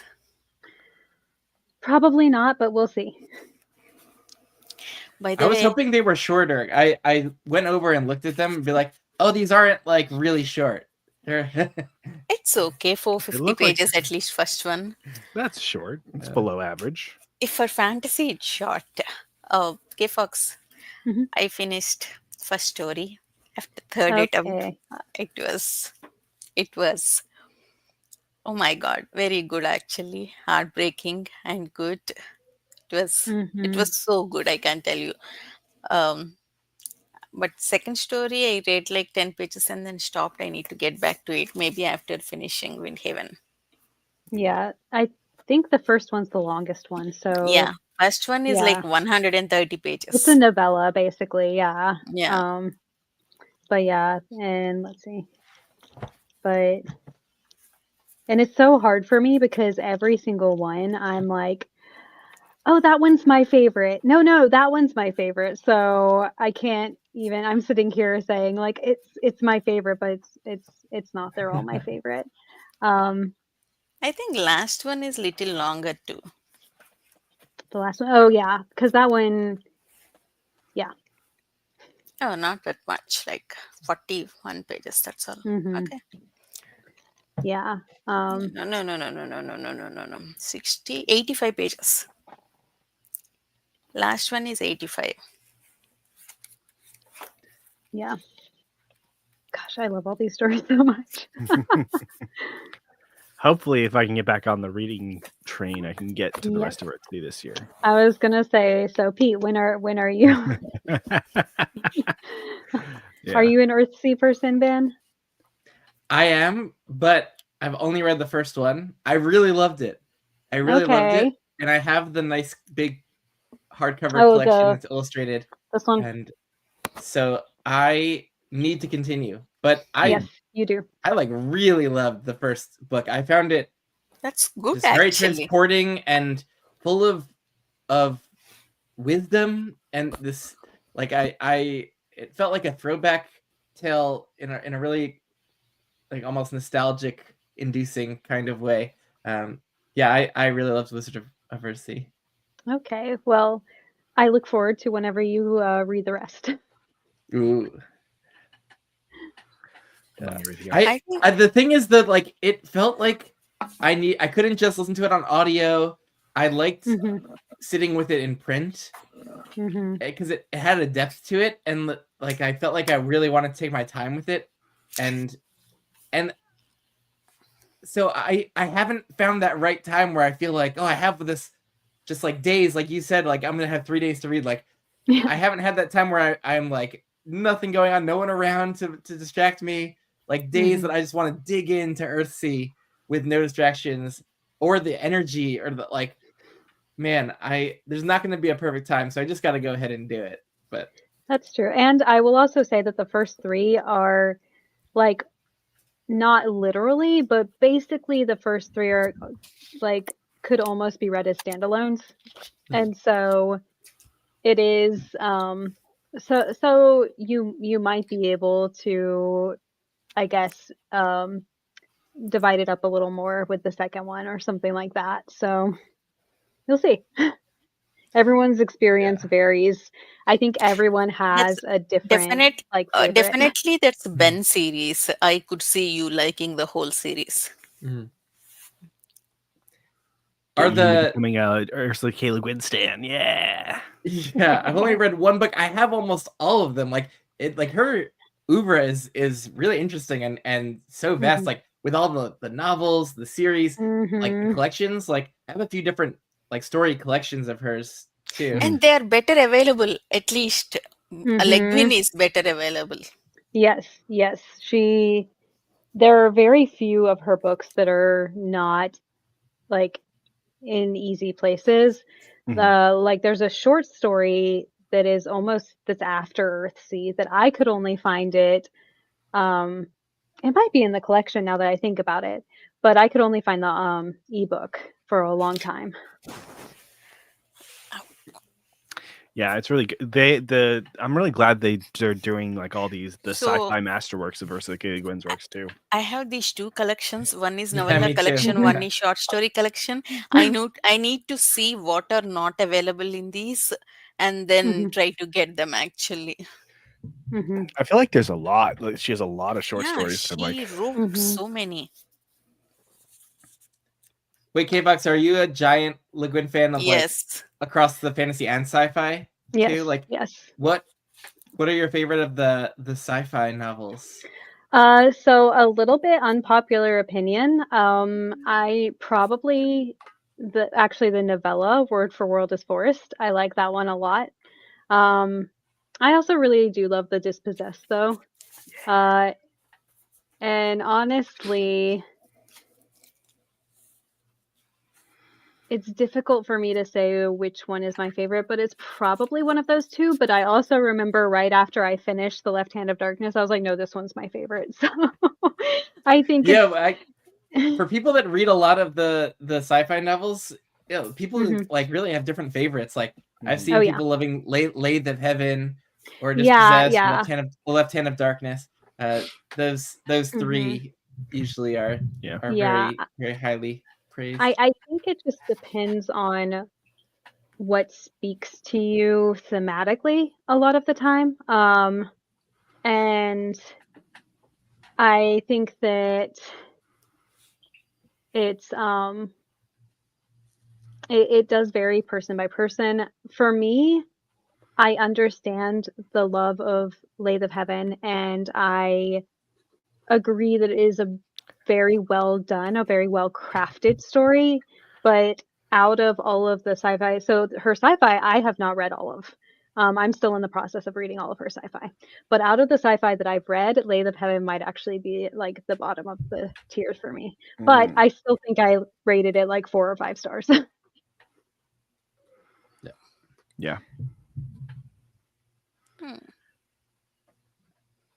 Interesting. I thought, I found some couple of short novellas or collections in a book outlet. I did not buy them. I wanted to check in these collections. They're not in this actually. These are like completely different. Oh wow. Yeah, she did so much short fiction, and I will say that I think the reason why my favorite of her sci-fi is a novella is because I think that her short fiction is honestly where she is like a good such a novella. master. Yeah, a good novella could do so much. Take KJ Parker. I like his novels as well, but what I read in Purple and Black, it is still haunting me. That was just a beautiful, oh my god, easily one of the best books I read this year. Maybe not just this year, or maybe all time. Oh my god, that was just beautiful.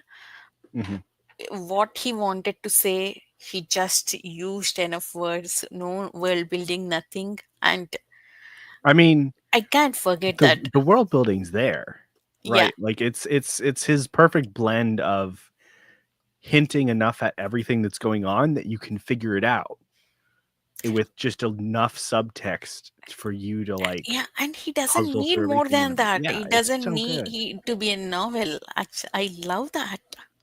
Good novella can easily replace a So novel. efficient, so good. Yeah. By the way, I did get that on ebook. So Heck yeah. Yeah.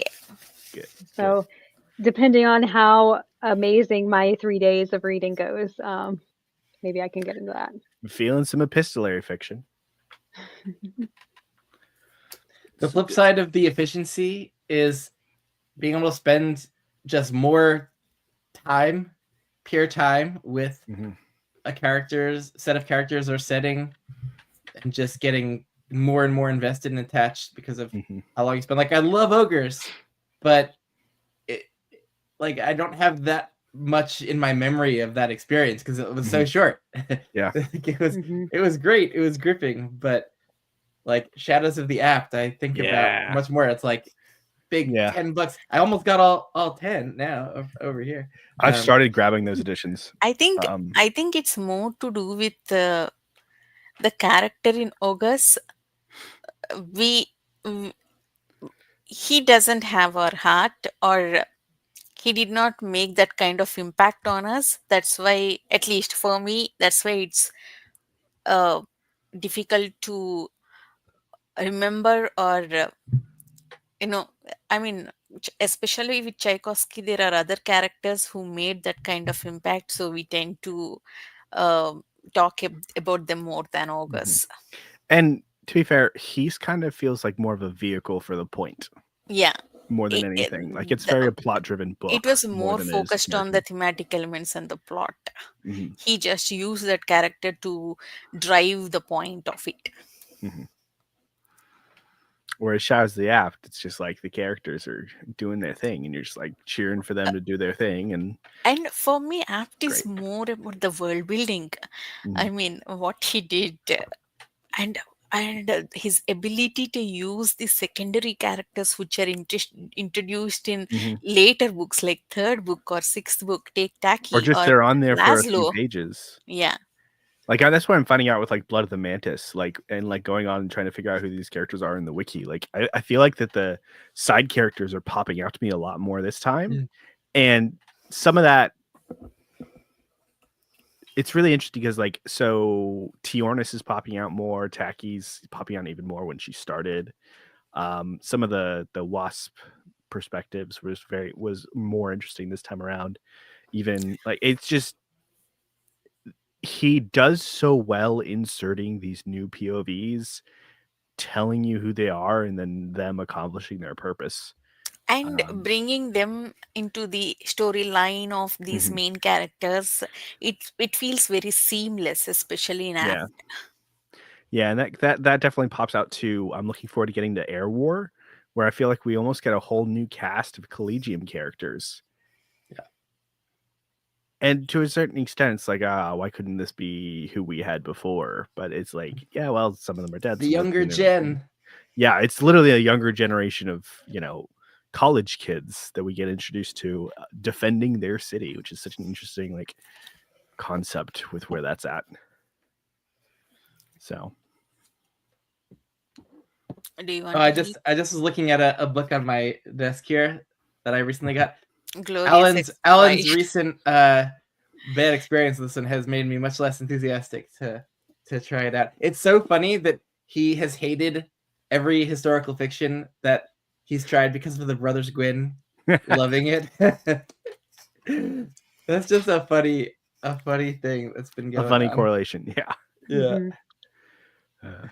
So, as Anita said, would y'all like to sprint? Let's get this going. Yeah. Get the party started again. Can you believe this? Slumpy Anita, who hated to do sprints, who hated to read, now I'm more eager to get back to the book. Let's get back. Well, sorry, I had to take your curse from you, Thank you, Pete. You are a good friend. Love it. The reading slump is over. Top of the hour. Let's do it. Someone... Okay, never mind.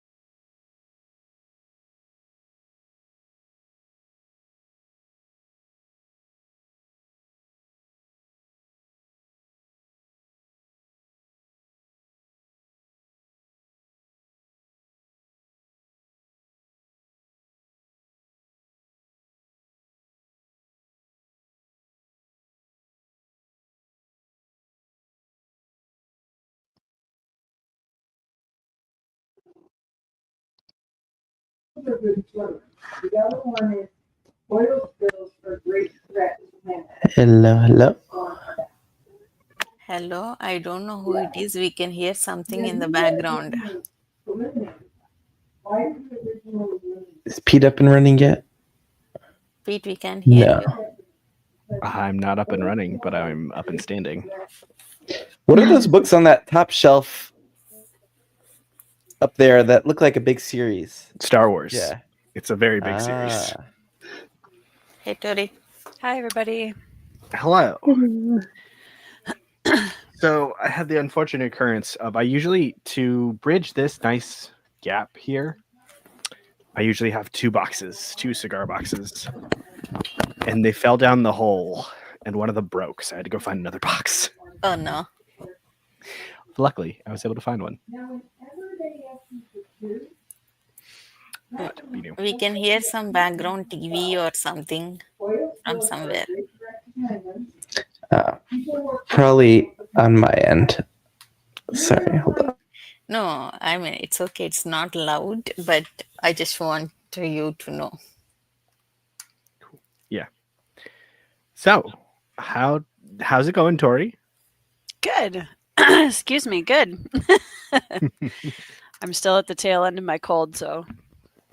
Nice. What you guys went to like a fiber festival today? Yeah, we did. It was a big fiber festival. There were all sorts of spinners, and there were sheepdog demonstrations and people selling yarn and spinning fiber and fleeces, and it was great. Cat. Nice. What are you reading? Empire of Silence. I'm about almost 2/3 through. Oh, are you all liking it? I am, yeah. I have a few quibbles with pacing in this first book, and I was going into it like it's a book one, so I'm not, judging it too harshly, but it definitely has some questionable pacing, in my opinion. But yeah, that's normal for everyone with Empire of Silence, and it's very different than all the other books too. So yeah, that's what I've been told. So I feel, but I feel okay about it. If you are liking it at all, that's a great sign for you for the series. Yeah, that's what I figure. Yeah, I am enjoying it. I like Hadrian as a protagonist. Yes. And I would already die for one of the side characters, so that's a good sign. Yeah. Yeah. Wait, which one? Is that a spoiler to say which one? Probably not. Switch. Yep. Yeah. So I have no idea how long. It's one of those things where in epic fantasy or epic sci-fi or like any of these big stories, my favorite characters don't usually last very long. It's very common. So I'm just kind of like, I'm just enjoying him while he's here. He might die tomorrow. I don't know. Yeah, basically. So wait, what would, without saying a character, what would be a series or two where that happened? I know one. Greenbone Saga. Yes. Correct. Yep. Greenbone. I'm trying to think. Oh gosh, putting me on the spot now. I can definitely see that one with Greenbone. Yep. Yep. Let's see. I shared that with Greenbone. I was like very angry. Mm-hmm. Of course, I'm getting a complete. Blood Song by Anthony Ryan, if I remember correctly. I think. You know how when people ask you stuff and then your brain's like, "You've never read a book." Exactly. It happens all the time. So, I'll get back to you on that. It's okay, folks. Have you read anything? Made progress? So I switched over to Age of Swords because my brain needs a minute. So I made progress in that. Yeah, that's good, I think. Understandable reaction, Matt. Yes, yes. That Michael Sullivan's series? Yes, it is. Which is that book 3, 2? Two. Yes, and I'm supposed to be on book 4 with the read along that I'm part of. So that's where we are. That's fine. I think 4, maybe 5. I don't know. I'm just gonna keep reading them until I get there. It is my, I think, 3rd or 4th time reading them, to be fair. So I know what happens. So yeah. I mean, read-alongs are more like guidelines anyway, right? Yeah, absolutely. Tori, I have a question Yeah. for a writer-reader, the writer/reader that you are. A lot of authors, I see they don't actually read that much, but you manage to write and keep up a lot of reading. And I'm just curious, like, when you have some time, it's like, ooh, I got some time to myself. Like, how do you decide whether to spend it reading or writing? Because I don't have that dilemma because I don't write at all. So it's like, oh, I'm gonna dig in and do some reading. But do you try to separate them at like different times of day or like moods, or how does it work? Kind of. I think it depends on how close I'm getting to a publishing deadline. But yeah, I mean, I kind of try to keep a balance, and I tend to take a little bit longer to do my drafts of my books. So I don't have as tight of a schedule as some other authors do. And I find that reading actually really helps boost my creativity, and just when I read a good story, I get really excited, and that love of storytelling in general really gets kind of fed and poured into. And then I can't wait to go back and work on my own. And so that definitely helps. I also don't sleep and have dirty dishes a lot. So that also helps. Oh, so you're like up at night when everyone's asleep and you can like listen to audiobooks and stuff? Ah, yeah. I don't actually listen to too much for audiobooks. I'm not an audiobook person typically. My husband and I listen to Night Watch, are listening to the City Watch series right now as like a date, like right before bed, we'll sit down and we'll listen to like an hour of whatever City Watch book we're on. But I typically read eyes only 98% of the time. Okay, I was just imagining you reading while doing the dirty dishes. But I sometimes, yeah. Because I love listening to audiobooks while I'm doing any kind of chore, like yes, dishes, mowing the lawn. Like we got a lot of grass here where I'm at in Jersey. So I get great audiobook time. And watering the plants in the mornings. Yep. That's great. Love that. My husband is way more that way than I am. Like he's always got his headphones on listening to something. I have a really hard time with audiobooks in general focusing on the story, where if my eyes are free, they're distracted. And then I'm like, oh wait, how long? I have no idea what happened in the last 10 minutes of the audiobook. I need to go back now. Oh yeah. So I do it all the time. Even as a veteran listener, I go back all the time like, oh boy, missed the last bit. Pete, when you both will like it, when you have time, read Aslan's review in Tapestry Hall in Alan's Discord of Empire in Black and Gold. You will like it as well. Exciting. Hey, welcome back, Evie. Did you bring enough for the rest of us? Dang.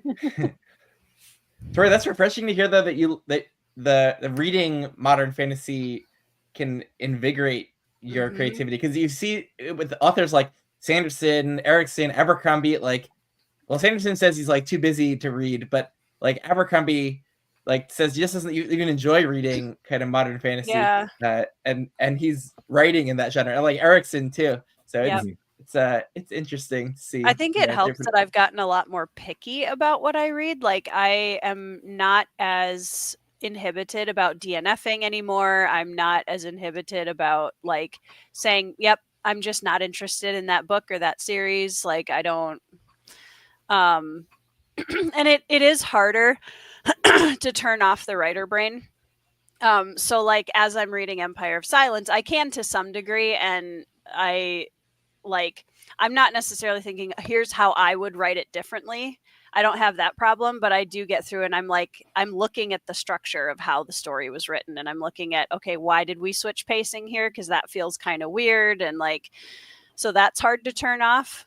But a lot of modern fantasy, I kind of, it's pretty samesies now, but I live for those books where I'm like, ooh, this is something special. Mm. That's always a good feeling. Yeah. So. Oh, I think you'll likely hit that by the end of Empire of Silence, but certainly with Howling Dark, yeah, that's where the series reaches like escape velocity of like, wow, this is feeling new and fresh and different and just its own thing. It honestly helps because I've heard that 2 major influences for Rockio were Gene Wolfe and also that there's some like Dune similarities in book 1. I have not read either of his influences, so that helps because I'm not I'm not coming in here and being like, oh, I see these other, influences here. So that's been nice. Yeah. Then you'll read Dune and you'll just be like, this is a Empire of Silence ripoff. Come on. Yeah. I'm kind of 50-50 on whether or not I'm going to enjoy Dune. We'll see. I don't know. That reminds Dune me is a so very much interesting book. of, It's not for You know everybody. what? I can't say. I can't. You will be like maybe land in the middle like me. She's like, eh. The Long Walk movie trailer just dropped. I don't know if anyone's seen it, but I thought it looked amazing. I read that book just a couple months ago and fell in love with it. And I already saw Mike's book reviews. Mike tweeting at like some online blog, like saying that the new Stephen King movie looks like a Hunger Games ripoff, when he is one of the major inspirations for Collins. So yeah, the inspiration stuff is it's people need to do a little bit of homework. Yeah. And he's definitely read the book, so like I don't know. It feels like no. Mike was upset about the online article. Mike didn't blog, say somebody else said it. Because the title of the article was like, the new Stephen King movie looks like a Hunger Games ripoff, and it's not like apologizing about it, or it's not trying to hide it, or something like that. It's probably some clickbait AI article, AI journalism nowadays. Well, Hunger Games invented the battle royale, right? Oh, that's true. Nobody did that before. Nobody has ever done that before in history. Yeah. Multiple people in a room. Well, they got to be on teams at the very least. Like, you can't have them all going against each other, not on teams. God, that's no. And Stephen King mentioned the name Shirley Jackson in the book. It came up somewhat because I thought he was probably directly inspired by Shirley Jackson's The Lottery for that book. I don't know if people have read that story with the lottery in the small town that happens every year. But yeah, like I love to know her inspirations for this sort of like dystopian kind of like authoritative government, like tradition of ritualized death or killing. But yeah, didn't start with Stephen King, didn't start with Shirley Jackson probably. They just got the publishing deals and the popularity.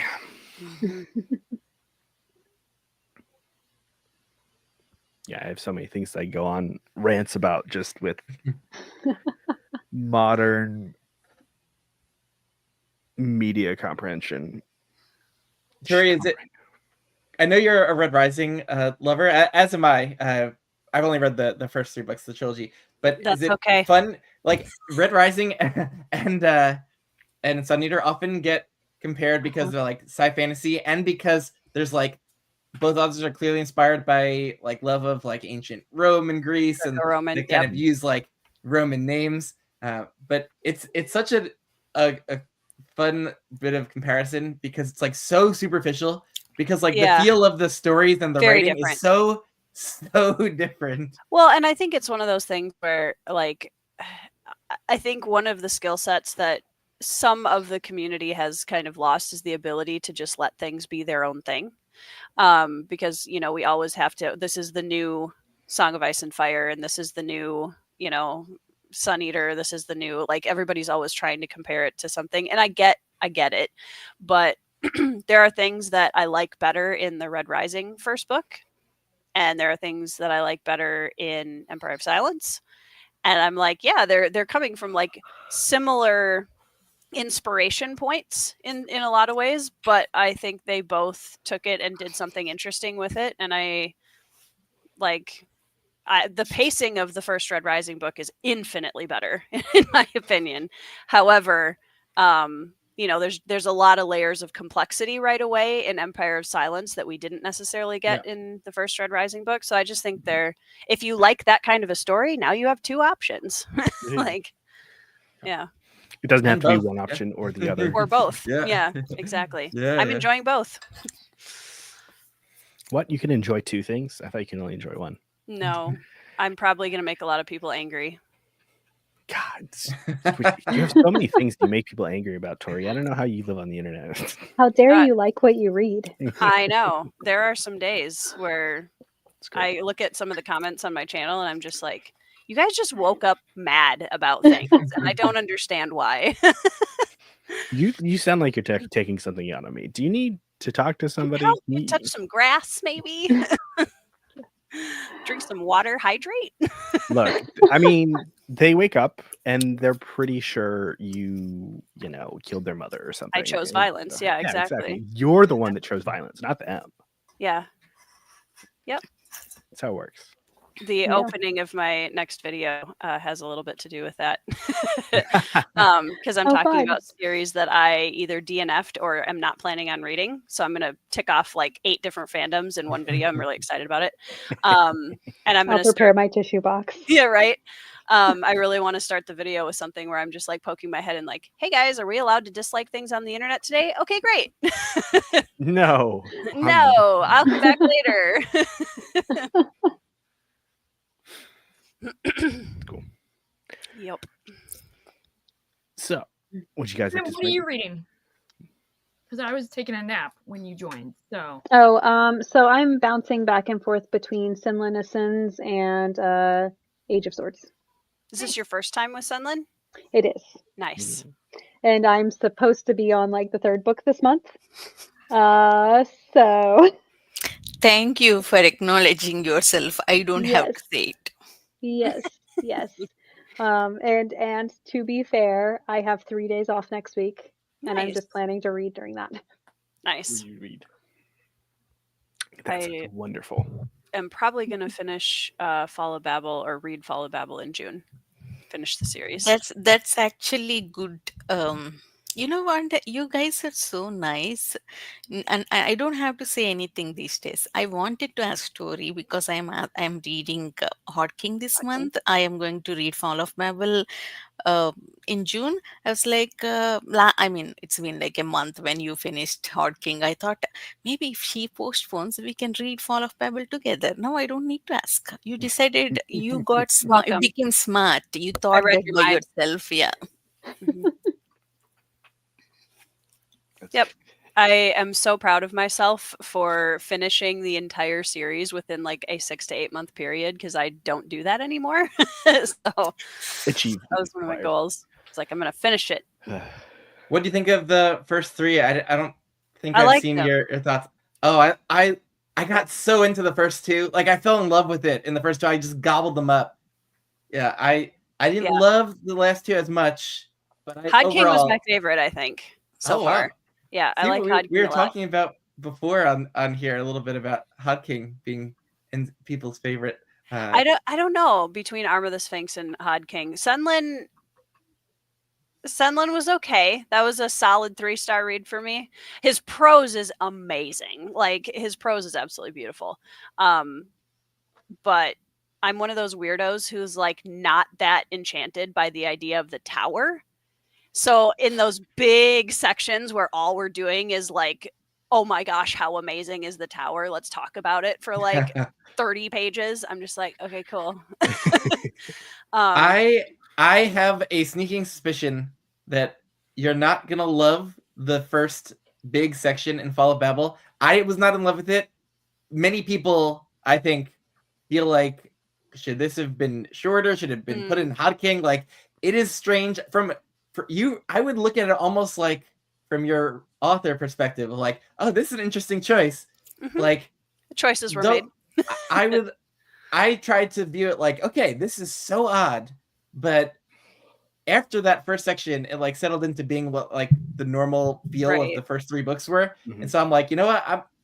Though I didn't love it, I'm gonna try to embrace the rest of the book, and that helped. Like, I do fear that I have a tendency to do this, and I think a lot of other people, where if one part of a book loses your engagement, or if something doesn't gel, that it's like the whole book becomes a thumbs down. Like you just start reading against the whole book, or you're looking for things to criticize.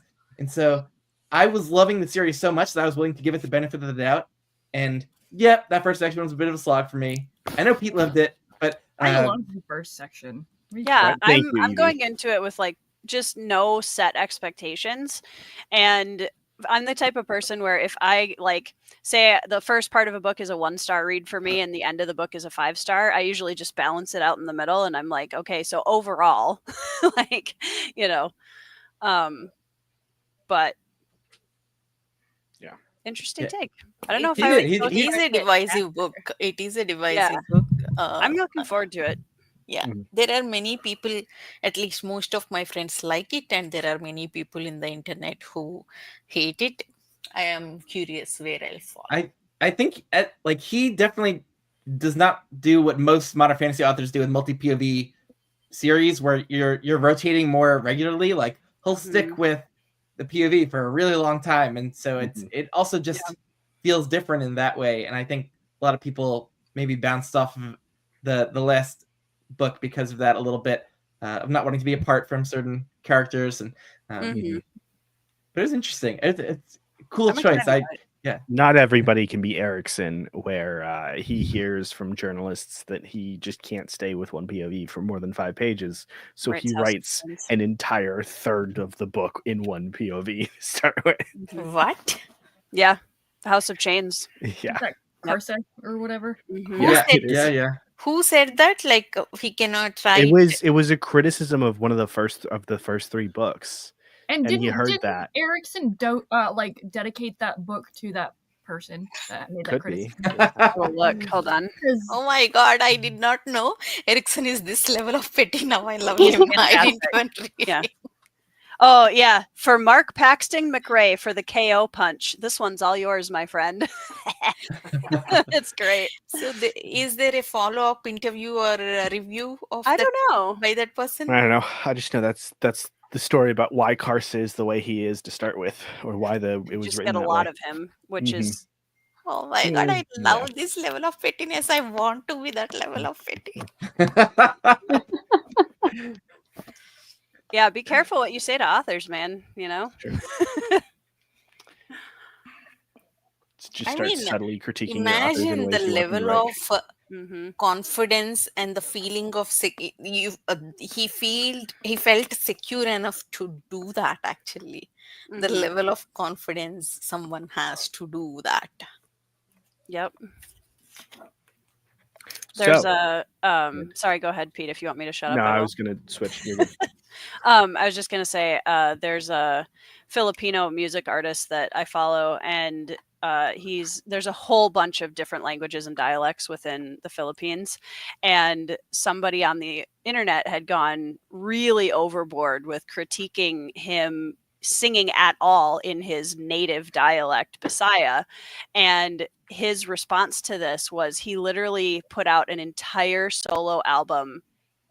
All the songs are in Bisaya, and there's a song in the album where he names her specifically as like a diss rap track. It's fantastic. I was like, oh, I love that. Like, if you're going to be that petty on one end, like, that was, in my opinion, I was like, hey, he's just like, why should I not be proud of this? That's your problem. So I thought that was great. Love to see it. Mm-hmm. So, would we like to sprint? Yes, it's been 25 minutes. This time we are late. I blame Tori for that. I'll be your scapegoat, Anitha. Gotta lay out the blame. I need to see if my favorite character is going to die, you know? Exactly. Yeah. So you gotta spread. All right, it is 25.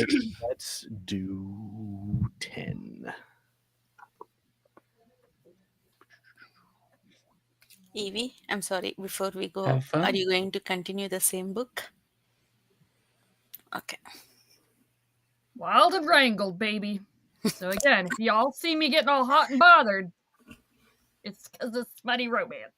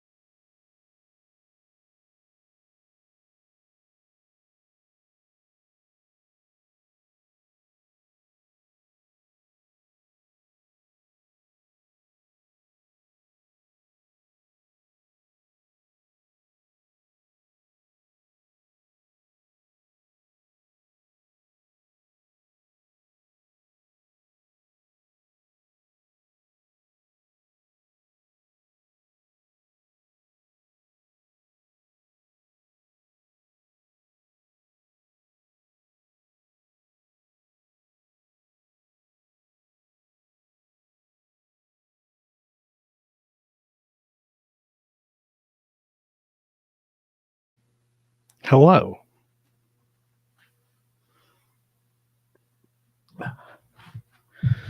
How goes it?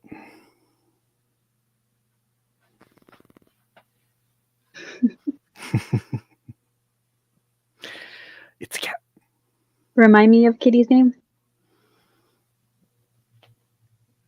Can't hear you, Tori. Can you hear me now?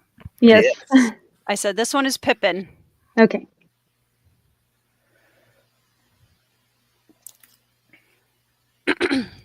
Why does the way that Anita's light is in her room versus on her face look like she's sitting in front of a green screen? I think that's a you problem, Pete. What? The way that the light, it looks like the quality of light that is hitting the back of your wall, and then the quality of light that is hitting your, like the quality and the angle of the light that's hitting your face are completely different. Yes. It looks like you have a white light on your face and like a yellow light on your back wall. Yes, that is true. Because the yellow light is from that one, that won't come here. So white light is here. It makes it look like you're sitting in front of a green screen to me. So Okay. I'm not crazy. Let me switch off this. How is it now? Less of a green screen now. No, it doesn't look like a green screen. It's just that you have dynamic lighting. That's all it is. Okay. No, I'm it not looks saying you better should change before. it. I just made a comment on how it looks to me. It looked better before. Anything. It did. But anyways, I'm already That was loving weird. my smutty romance book. Oh god, I love this series. I am going to post. I am planning on filming and posting a Live reading. series review. Why read of this series? Do it. Non-tier list video. It's gonna It's gonna be great. Apparently, Alan's just started sprints. By the way. Oh, cool.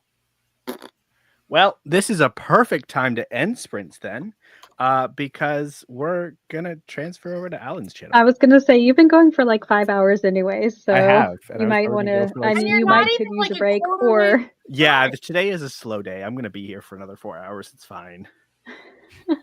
gracious. Well, ladies, and any gentlemen that happen to be in the audience, thank you for coming. Thank you for sprinting. What? Wait. Are we done? Alan just started first. sprints, Anita. Oh, why are you doing it? Sorry. Bye.